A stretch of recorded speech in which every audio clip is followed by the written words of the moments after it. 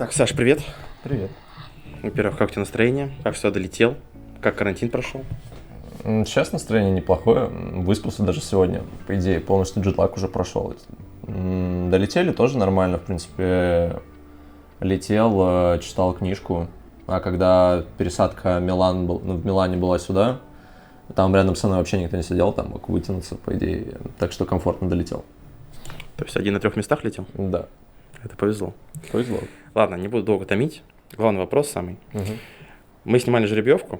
Так. Настроение было немножко пессимистичное, скажем так, при просмотре. Так. Это было шутки ради или реально команда не совсем верит в свои силы? Как сейчас, по крайней мере, атмосфера в команде? Я бы не сказал, что это пессимистичное было настроение. Максимум скептическое. Потому что зачастую, по крайней мере, я всегда пытаюсь трезво оценивать свои шансы. То есть не говорить, что мы там можем победить всех, когда это не так. Либо мы проиграем всем тоже, когда это не так. Всегда, на мой взгляд, важно трезво оценивать свои шансы на победу, не особо завышать свои ожидания, чтобы потом от этого не расстраиваться. Для меня это, по крайней мере, так работает.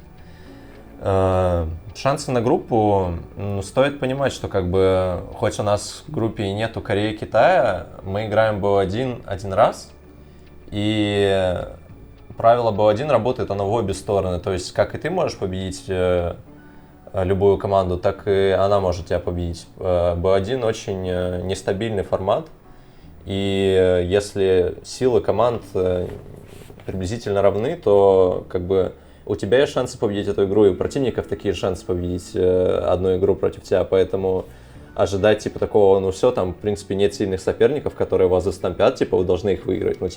Сильных соперников нет, но они-то тоже могут тебе выиграть, они-то не такие, мы не в 10 раз их сильнее, получается, мы проиграли, это не так немного работает, это такое всеобщее заблуждение, поэтому шансы, наверное, выиграть любую команду есть в BO1, но не стоит забывать, что у них такие же шансы, некоторых команд даже если не больше, чем у нас. Если мы речь о шансах, у кого, на твой взгляд, самые большие шансы топ-1 в группе занять? Я, если честно, вообще не знаю, как будет играть тайваньская команда. Если они будут в комфорте, и играть там серию, когда они выиграли с топ-1 свою команду региона, то, скорее всего, у них, наверное, больше всех шансов топ-1 занять. Потом, наверное, если брать по статистике, по процентам, наверное, у Cloud9, наверное, постабильнее больше всех шансов. Хорошо. Тогда о скримах ваших. Угу. Полгода назад у вас были скримы, я даже не ошибаюсь, с дамвонами. По-моему, был скрим один, был минимум. Да. Как сейчас вообще с скримами? С кем играете, если можно об этом рассказывать, как они идут, как проходят? Уверенно себя чувствуете в них? Здесь в Исландии мы играем только с плей-ин командами. С мейн-стадии мы ни с кем, по-моему, скрим не играли. Когда приехали в Исландию, до Исландии мы играли скрим с Team Liquid. Это, наверное, единственная команда, которая не из плей-ина. Да. А так сейчас играем с бразильцами, с океанийцами и с латинцами. И насколько уверенно проходят матчи? Во-первых, от дня зависит, а так, в принципе, если брать усредненные результаты, в принципе, неплохо. А если брать 3 команды, кто из них сейчас посильнее смотрится? У них же самая жесткая группа. По скримам очень трудно судить, потому что ты никогда не знаешь, как команда будет играть на сцене. Если брать, допустим, как в прошлом году Mad Lions, они были одной из той команд, которые на скримах стампили, хотя мы год назад именно в скримах были очень сильными. Мы там с Team Liquid играли там 2-3, 3-2 скримы. Фанатиков выигрывали в скримах, а Mad Lions именно нас стампили, но на сцене они там из группы еле вышли, а потом в BO5 проиграли туркам.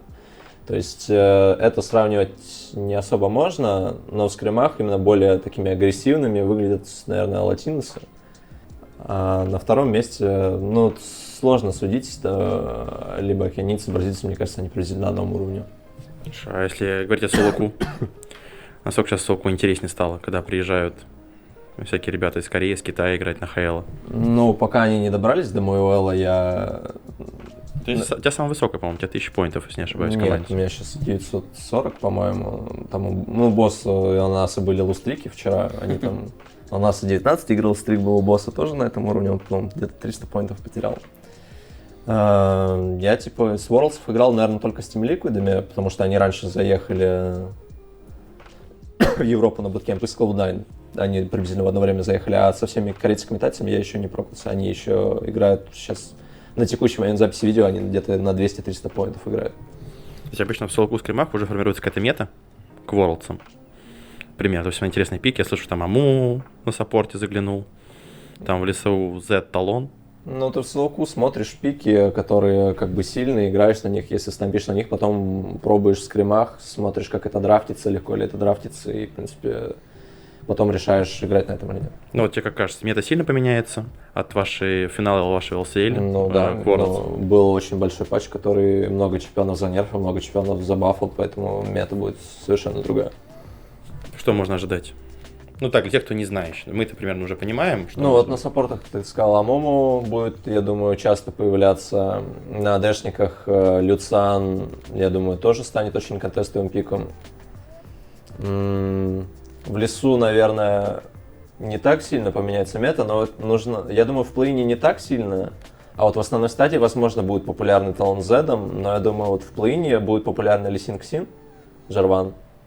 А вот команда посильнее, возможно, будут играть ассасинами. Но это так, чисто предположение. На топе, я думаю, сейчас многообразно, потому что зависит от того, как вы играете командой и какой у вас тимкомп. То есть, типа, ты можешь играть там даже танка взять, можешь там играть Киненом в блайнд, можешь брать Камилу в блайнд, что-нибудь такое. Поэтому разнообразно, я думаю, на топе сейчас по пикам. Последний вопрос. Завершающий. Мы к этой мете готовы? Или как MSI нам тяжело адаптироваться? Ну, мету мы уже прочувствовали, в принципе, понимаем, какие сильные пики, какие нет. Наверное, с метой мы уже, наверное, нормально познакомились. Вопрос, наверное, единственный в том, как сможем мы ее реализовать, хорошо или плохо. Это, наверное, более актуальный вопрос. Хорошо, тогда может быть что-то фанатам? Или какие-то там слова привет? Слова привет фанатам. Спасибо всем, кто нас поддерживает, кто верит, что мы там можем победить что-то на Worlds'ах. За все приятные слова, которые вы пишете. Продолжайте за нас болеть. Мы постараемся показать хороший результат. А увидимся уже 5 октября, между прочим. Да. Не помню точно время, где-то около 5-6 по Москве, по-моему. Первая игра у нас с японцами. Да. И сразу же будет с турками. Так что спасибо. Тебе спасибо. Пока, ребят.